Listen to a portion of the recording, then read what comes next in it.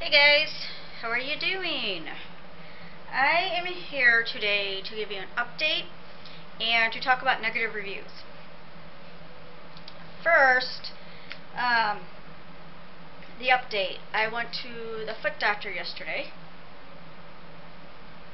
Sorry, I went to the foot doctor yesterday, and because I've been having all that pain, can't stand on my feet for very long, and the pain in my ankles.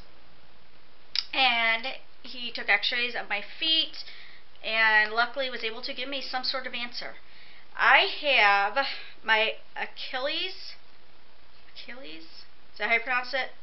Are very, very tight. Are very tight, he said. He said on both feet. And that is probably what's causing all my pain.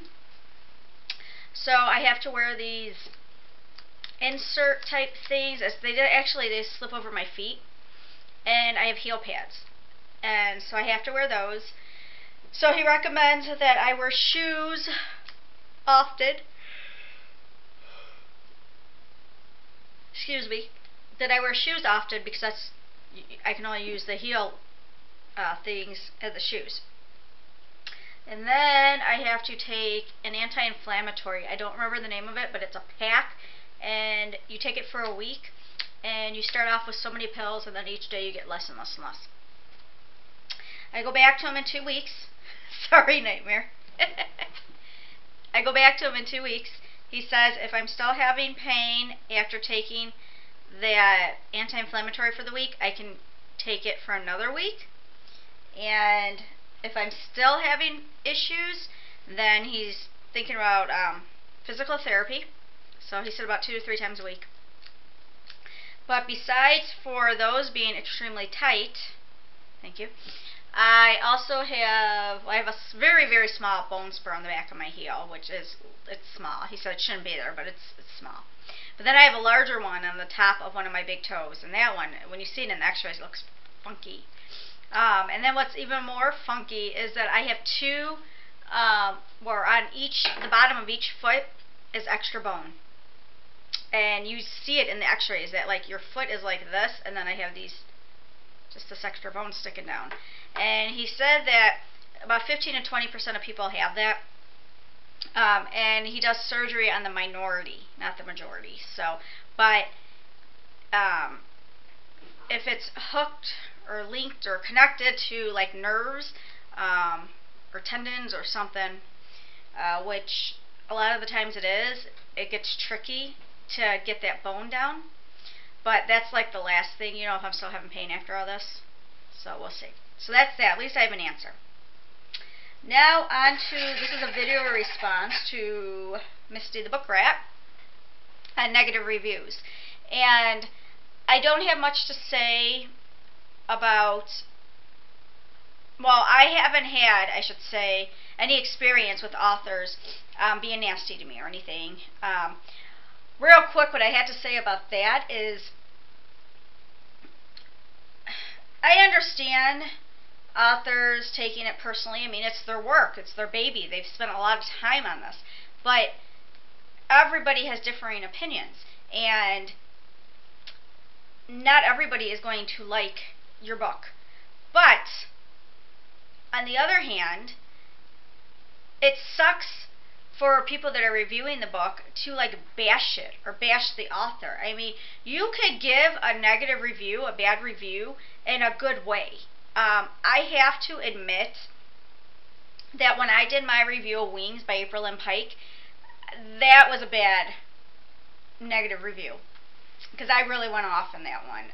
Also, there was one just recently I did a couple months ago, and I was upset by it, and I forgot what the book was. And Die for Me or something by Amy Plum. Is that who it was? Because I said it reminded me too much of Twilight. And I guess I could have went about that in a better way also.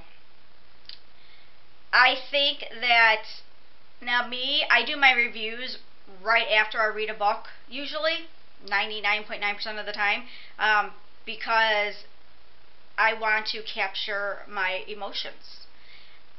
But when it comes to bad reviews, I've come to realize that you should step back and you should take a breath before you dive into that review, because you are going to say some things that aren't really nice.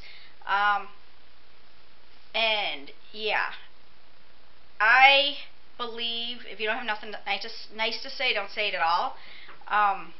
Obviously, I have not followed that with a couple of my reviews.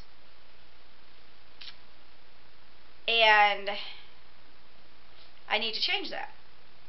As for the way authors respond, I believe that they should act like professionals, and I think that they shouldn't respond.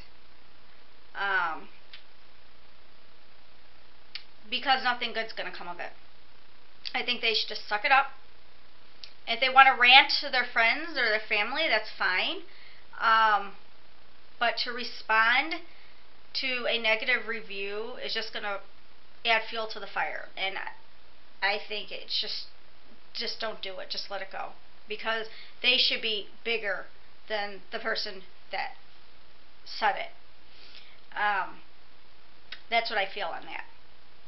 As for me still giving negative reviews, or if people should even do negative reviews, yeah, totally. I totally think that. I don't think that people should just put reviews out there on books that they like. I like the whole honesty thing. There's been people out there that, like Stacy from Chapter Checks, what was it, Pharmacology or something like that, that she didn't care for. And she explained why she didn't care for it in that. And she did it in a very good way. And that's good, because now you know, based on her reasons, if it's something that, you know what, I'm still going to try it, or you know what, I don't think I'm going to like it. And I like that. You know, if you just have good reviews out there, people aren't going to know about other books, and it's all about honesty and about, you know, just what you think. I don't know. I don't think it should be all good all the time. The cats are playing over there, sorry. I will definitely still give negative reviews. But like I said, I know that I have to do it in a different way. I have to step back and take a breath before I give those reviews, because my emotions get the better of me, as anybody that's seen those videos know. And I can't let that happen. It's just not, it's not fair.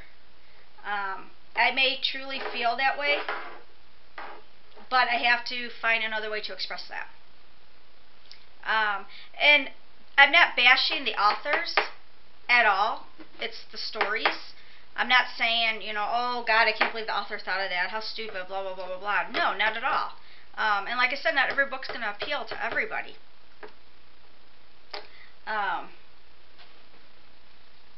Or maybe I won't. Maybe I won't find another way to do my reviews. Maybe I'll keep my negative reviews exactly as they are. Because everybody has a right to their own feelings, and their own thoughts, and their own opinions, and their own emotions. Because then I wouldn't be truthful, and I wouldn't be real. Because I'm sitting here and I'm thinking about those 2 reviews I gave, especially Wings, and if I were to change it and take the emotion and that passion out of that review, it wouldn't be real. So maybe you can give a negative review,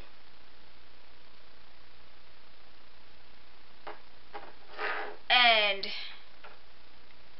still have a lot of passion and emotion in it. You just need to know how far to go and when enough is enough. I think author bashing, no, not at all, because it's the story, it's not the author. But yeah, I believe there should still be negative reviews out there. I like the passion and the emotion and the truth and the honesty. So that's what I feel. Yeah. I don't think it should just be all good reviews. No, if you don't like a book, you should let people know. Definitely. tell them why. Explain it. Alright, well that's it for me for now, because my computer is going to take 20 hours to upload this. So, I will catch you guys later. Bye.